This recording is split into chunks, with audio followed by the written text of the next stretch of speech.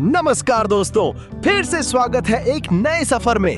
आज मैं पहुंच चुका हूं असम के डीमा हसाओ डिस्ट्रिक्ट के दिल में बसी एक ऐसी जगह जिसे देखकर पहली ही नजर में प्यार हो जाए। उमरांगसो लेक, जिसे लोग उमरांगसो गोल्फ फील्ड के नाम से भी जानते हैं।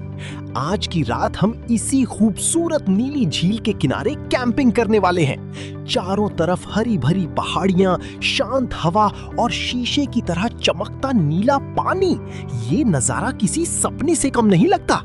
यहाँ आप बोटिंग और जेट स्की का रोमांचक अनुभव भी ले सकते हैं। नीली झील के बीच तेज रफ्तार से दौड़ती जेट स्की और सुकून भरी बोटिंग इस जगह की खूबसूरती को और भी यादगार बना देती है। तो चलिए आप भी मेरे साथ इस हसीन सफर का हिस्सा बनिए और देखिए आसाम की सबसे खूबसूरत जगहों में से एक उमरांगसो लेक का दिल जीत लेने वाला नजारा।